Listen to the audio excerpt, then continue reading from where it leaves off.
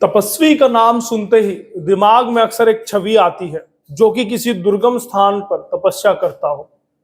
लेकिन आज के इस एसएनए में हम एक ऐसे तपस्वी को लेकर आए हैं जो कि योग गुरु है। हिंदू धर्म से वे ताल्लुक रखते हैं और अपने देश के अलावा विदेशों में भी पहचाने जाते हैं। इनके बारे में ज्यादा लंबा परिचय देने की जरूरत नहीं है, आवश्यकता नहीं है, क्योंकि इनकी वेशभूषा ही इनकी पहचान है। तो नाम है इनका बाबा रामदेव और योग गुरु के तौर पर इनकी पहचान है। देश का बच्चा बच्चा तक इनको पहचानता है। योग आज के समय में अगर दुनिया भर में मशहूर है तो वो सिर्फ बाबा रामदेव की बदौलत है। तो फिर चलिए आज के इस एसएनए में हम बाबा रामदेव की जिंदगी के ही बारे में जान लेते हैं। नमस्कार, स्वागत है आपका एसएनए में। भारत आज का वो शो जो खबरों का विश्लेषण करता है। और खबरें होती कौन सी हैं? खबरें वो होती हैं जिनके बारे आप जानना चाहते हैं, उन नेताओं के बारे, उन शख्सियतों के बारे जिनके बारे आप छोटी से बड़ी बात समझना चाहते हैं। इसीलिए स्पेशल न्यूज एनालाइज एसएनए हम लेकर आते हैं।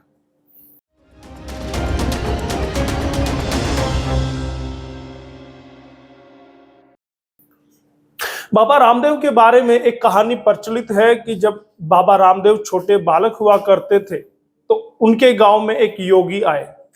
उनके सानिध्य में रहकर बाबा रामदेव का मन योग में लगने लगा था और वहीं से उनका रुझान वैदिक शिक्षा की तरफ बढ़ने लगा। बाबा रामदेव को लेकर वैसे तो कई जानकारियां आपको होंगी, लेकिन जो नहीं होंगी वो आज के इस एसएनए में हम आपको बताएंगे। बाबा रामदेव की मासूम जिंदगी और उनके परिवार, बहुत कम लोगों को ये पता है कि बाबा रामदेव का असली नाम या फिर कहें कि पूरा नाम रामकृष्ण यादव है। बाबा रामदेव का नाम रामकृष्ण यादव है। बाबा रामदेव का जन्म 25 दिसंबर सन 1965 में हुआ। हाल के समय में बाबा रामदेव 58 के वर्ष के हैं। बाबा रामदेव ने शादी नहीं की है और वे सन्यासी के रूप में जीवन व्यतीत करते हैं।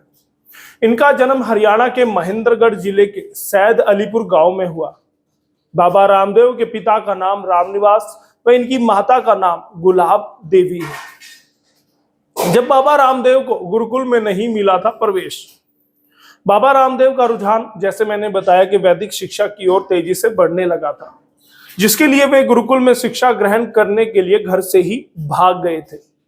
वे कई तरह के गुरुकुलों में वैदिक शिक्षा के लिए गए, लेकिन उन्हें वहां प्रवेश नहीं मिल सका। आखिर में बाबा रामदेव हरियाणा के जींद जिले के खानपुर गुरुकुल में पहुंचे, जहां से उन्होंने गुरुकुल शिक्षा पद्धति में शिक्षा ग्रहण की। खानपुर गांव के एक गुरुकुल में आचार्य प्रद्युमन व योग आचार्य बलदेव जी के वेद, संस्कृत व योग की शिक्षा उन्होंने ली। फिर काफी वर्षों के अंतराल के बाद बाबा रामदेव के पिता गुरुकुल ढूंढते हुए वहां पर पहुंचे और उन्हें घर वापस चलने को कहने लगे, लेकिन रामदेव तो वैदिक शिक्षा की राह पर थे, लिहाजा उन्होंने घर लौटने से इनकार कर दिया। और इसीलिए लाखों लोग, मेरे जैसे लाखों लोग, समझते हैं कि वो हरियाणा के जींद जिले से हैं। लेकिन आपको बता दूं, महेंद्रगढ़ के वो रहने वाले हैं और जींद में उन्होंने शिक्षा दीक्षा ली थी, इसीलिए उनका नाता जींद से भी जुड़ा हुआ है। बाबा रामदेव ने ली स्कूली तालीम। बाबा रामदेव ने वैदिक शिक्षा को महत्व दिया। इसका यह मतलब नहीं है कि वे कभी स्कूल ही नहीं गए हैं। बाबा रामदेव स्कूल भी गए हैं और 8वीं कक्षा तक पढ़े लिखे भी हैं।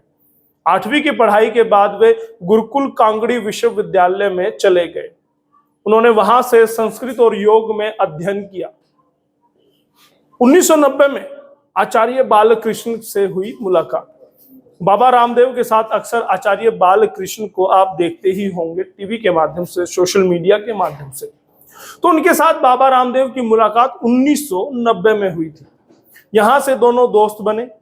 गुरुकुल से शिक्षा ग्रहण करने के बाद दोनों ही जन यानी दोनों लोग बाबा रामदेव और आचार्य बालकृष्ण हिमालय में चले गए। वहां योग व आयुर्वेद पर दोनों ने साथ मिलकर ज्ञान अर्जित किया और उसके बाद परिणाम आपके सामने हैं। बाबा रामदेव योगाचार्य के रूप में पूरे विश्व में जाने जाते हैं और आयुर्वेद के आचार्य के रूप में बालकृष्ण को आप और हम देखते हैं। 29 वर्ष की आयु में कृपालु आश्रम की शुरुआत। बाबा रामदेव ने बेहद ही कम आयु में आयुर्वेद पर काफी ज्ञान अर्जित किया था। तो वहीं 29 वर्ष की जवान आयु में बाबा रामदेव ने आश्रम भी खोल लिया था। बात 10 नवंबर 1994 की है। चैरिटेबल ट्रस्ट की उन्होंने स्थापना की थी। हरिद्वार के कनखल स्थित कृपालु आश्रम में बाबा रामदेव और आचार्य बालकृष्ण ने मिलकर चैरिटेबल ट्रस्ट की स्थापना कर दी थी, जहां पर वे योग कैंप लगाने लगे थे और आयुर्वेदिक पद्धति से लोगों का मुफ्त चिकित्सा के रूप में सेवा भी देने लगे थे। और ये मुफ्त चिकित्सा अगर आपको नहीं पता तो आज तक जारी है। अगर आप हरिद्वार के आश्रम में, पंतजलि के आश्रम में जाते हैं तो वहां आज भी वो चिकित्सा पद्धति, बहुत सारी चिकित्सा पद्धति से आपका असाध्य बीमारियों का इलाज भी किया जाता है। टीवी प्रोग्राम से घर घर मिली पहचान। बाबा रामदेव अपनी जिंदगी के सफर में बेशक गुमनाम के रूप में लोगों की सेवा करते थे। वो सेवा करते थे लेकिन लोगों को पता नहीं था। लेकिन दुनिया की नजर में वे तब आए जब वे टीवी प्रोग्राम में देखे जाने लगे।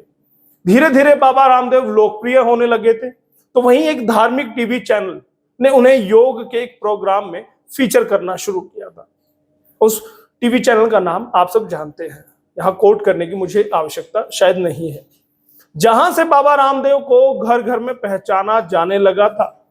आधे देश को टीवी के माध्यम से वो योग करवाना भी शुरू कर चुके थे। 2006 में पंतजलि आयुर्वेद की स्थापना। साल 1994 के बाद साल 2006 में बाबा रामदेव ने पतंजलि आयुर्वेद की स्थापना की थी। तकरीबन 12 वर्षों के बाद बाबा रामदेव ने हरिद्वार में पंतजलि आयुर्वेद की स्थापना कर दी, जहां पर वे प्राकृतिक चीजों के इस्तेमाल से कई प्रोडक्ट बनाते हैं और यहां पर वे अनाथ बच्चों को वैदिक शिक्षा भी देते हैं। बाबा रामदेव की मेहनत का ही नतीजा है कि आज पतंजलि अपने आप में ही एक ब्रांड बन चुका है और दुनिया के तकरीबन हर एक देश में इस ब्रांड की अपनी अलग ही पहचान है। लगभग 6000 लोगों की क्षमता के साथ आयुर्वेद और योग के लिए विश्व का सबसे बड़ा केंद्र माना जाता है। लकवाग्रस्त हो गया था योग गुरु का शरीर। योग गुरु बाबा रामदेव का शरीर लकवाग्रस्त भी हो गया था, क्योंकि बचपन में अधिक दवाइयों के सेवन के कारण उन्हें लकवा जैसी गंभीर बीमारी का सामना करना पड़ा था। उनके शरीर के बाईं तरफ के हिस्से ने काम करना बंद कर दिया था। आज के समय में बाबा रामदेव जो चुस्त दुरुस्त नजर आते हैं, इसके लिए वे योग को ही श्रेय देते हैं और लोगों को भी योग करने की वे प्रेरणा देते हैं। यानी कि वो जिंदे जागते उदाहरण है कि योग से असाध्य बीमारियां भी दूर हो सकती है। ऐसा ही बाबा रामदेव ने कर दिखाया। बाबा रामदेव को है 7 प्रकार से सांस लेने का अभ्यास। अब 7 प्रकार के सांस लेने को आप ताज्जुब की नजरों से मत देखिएगा। योग गुरु बाबा रामदेव आज के समय में पूरी दुनिया में योग करवा चुके हैं। तो वहीं रामदेव के कई योग के कौशल तो ऐसे भी हैं जो कि आम लोगों के लिए लोहे के चने चबाने जैसा ज्यादा मुश्किल काम है। जैसे कि आपको बता दें कि बाबा रामदेव प्राणायाम कार्यक्रम के दौरान 7 प्रकार से सांस लेने का अभ्यास करते हैं और करवाते भी हैं। अब ये 7 प्रकार के अभ्यास पूनम दुबे ने लिखे हैं, आप उसे देख लीजिएगा, क्योंकि अगर 7 प्रकार के अभ्यास उन्होंने लिखे हैं वो आम जन उन्हें पहले से पहचानते हैं, तो इसका सारा श्रेय उनको दुबे को जाने वाला है। जैसे कि भस्त्रिका प्राणायाम, कपाल भाती, ब्रह्म प्राणायाम, अनुलोम विलोम, ब्राह्मणी प्राणायाम और प्रणव प्राणायाम, वो 7 प्रकार के श्वसन यानी कि सांस लेने की विधि दुबे ने लिखी है, लेकिन ये एक तरह के योग ही है। अनाज नहीं खाते हैं बाबा रामदेव। अनाज न खाने को लेकर बाबा रामदेव कई बार दावा भी कर चुके हैं। ऐसा कहा जाता है कि बाबा रामदेव अनाज नहीं खाते हैं, वे तो केवल उबली हुई सब्जियां, फल और गाय का दूध ही पीते हैं। अब यहां पर एक जिक्र और छोड़ दिया पूनम दुबे ने, क्योंकि वो गौमूत्र का भी निरंतर सेवन करते हैं। अन्न ना खाकर भी इंसान इस कदर चुस्त दुरुस्त दिखे, ये कमाल तो बाबा रामदेव ही कर सकते हैं। वे एक अत्यंत परिश्रमी व्यक्ति हैं। सुबह 3 बजे से उठ जाते हैं और 18 से 20 घंटे तक वे योग के अलावा दूसरे अन्य काम भी करते हैं। पतंजलि आयुर्वेद में और भी कई लोग हैं सहभागी। अगर आप ये सोचते हैं कि पतंजलि जो कंपनी है जो हजारों प्रोडक्ट बनाती है उसके अकेले मालिक बाबा रामदेव है, तो आप गलत हैं। बाबा रामदेव के कार्य प्रबंधन के अंदर 4 लोग आते हैं, जैसे कि बाबा रामदेव के भाई राम भरत, भाभी जसदेव शास्त्री, स्वामी शंकर देव और स्वामी मुक्तानंद। बड़ी बात तो यह है कि पतंजलि आयुर्वेद लिमिटेड में उनके पास कोई भी हिस्सेदारी नहीं है। इस बात को आप दोबारा सुन लीजिए कि पतंजलि कंपनी में उनका कोई भी शेयर नहीं है। इसके बजाय आचार्य बालकृष्ण पतंजलि आयुर्वेद में 94% के हिस्सेदार हैं, यानी कि वो बड़े मालिक, संपूर्ण मालिक बालकृष्ण को कह सकते हैं। लेकिन उससे भी बड़ी बात आपको बताएं तो स्वयं बालकृष्ण भी किसी भी प्रकार का कोई वेतन नहीं लेते हैं। यह भी ताज्जुब वाली बात शायद मेरे लिए भी थी और आपके लिए भी होगी। भ्रष्टाचार के खिलाफ बाबा रामदेव जहां योग और वैदिक शिक्षा को लेकर काम करते हैं, तो वहीं उन्होंने भ्रष्टाचार को लेकर भी मुखर होकर आवाज उठाई है। भारत में भ्रष्टाचार और इटली एवं स्विट्जरलैंड के बैंकों में जमा लगभग 400 लाख करोड़ रुपए के काले धन को स्वदेश वापस लाने की मांग बाबा रामदेव ने उठाई थी।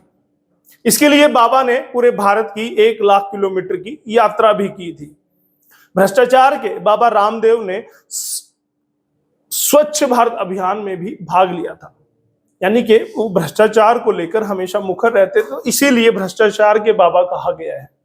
इसके अलावा बाबा रामदेव ने इस अभियान के तहत हरिद्वार तीर्थ नगरी ऋषिकेश को गोद लेने की घोषणा भी की थी। देश से लेकर विदेशों तक बाबा का योग शिविर। बाबा रामदेव समय समय पर योग शिविरों का भी आयोजन करते हैं। अपने योग शिविरों के जरिए से बाबा रामदेव भारतीय संस्कृति और योग के महत्व को देश नहीं विदेशों तक पहुंचाने का काम कर रहे हैं। उन्होंने ऑस्ट्रेलिया का दौरा कर भारतीय संस्कृति का और योग का प्रचार प्रसार किया, जिससे वहां पर भी लोग उनसे काफी प्रभावित हुए हैं। सेना के जवानों से करवाया योग। बाबा रामदेव का एक ही संकल्प है कि पूरा देश स्वस्थ हो। पूरे देश को स्वस्थ बनाने की कड़ी में बाबा रामदेव ने अब सेना के जवानों को भी योग सिखाना शुरू कर दिया है, यानी कि आम जन, बुजुर्गों को, जवानों को, बच्चों को, महिलाओं के बाद अब सेना के जवानों पर भी उन्होंने योग की वर्षा शुरू कर दी है, जिसकी शुरुआत उन्होंने राजस्थान के जैसलमेर में जवानों को योग सिखाने से की। इसके अलावा बाबा रामदेव ने दिल्ली में भी सैनिक और उनके परिजनों के लिए योग शिविर का आयोजन किया है। आज की रिपोर्ट आपको कैसी लगी हमें जरूर बताइएगा, और अगले एसएनए में किनको आप सुनना चाहते हैं, किन के बारे में जानना चाहते हैं, वो भी हमें जरूर बताइए। बहुत बहुत धन्यवाद आप कर सकते हैं मेरी पूरी टीम का, जो बड़ी शिद्दत से आपके लिए एसएनए लिखती है, बनाती है, एडिट करती है और बहुत बेहतर तरीके से प्रेजेंट करने के लिए आप देवेंद्र शास्त्री का भी धन्यवाद कर सकते हैं। बहुत बहुत धन्यवाद एसएनए के लिए। यशपाल कंचन।